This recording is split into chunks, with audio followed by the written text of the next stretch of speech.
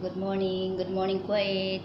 Magandang hapon, Luzon, Visayas, and Mindanao, Philippines. Magandang hapon, good morning Kuwait, good morning to all Arab country. Lahat ng mga kapwa kong OFW, mabuhay po tayong lahat.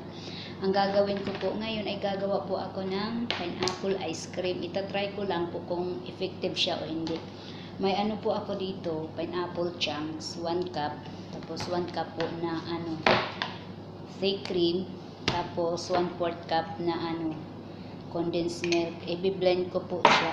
I-blend ko po ang ang pineapple chunks.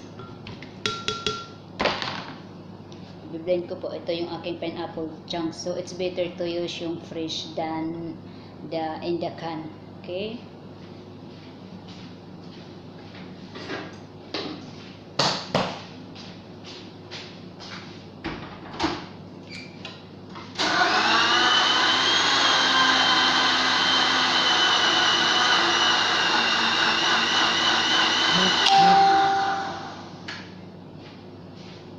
Ayan na po yung mixture ng pineapple chunks ko.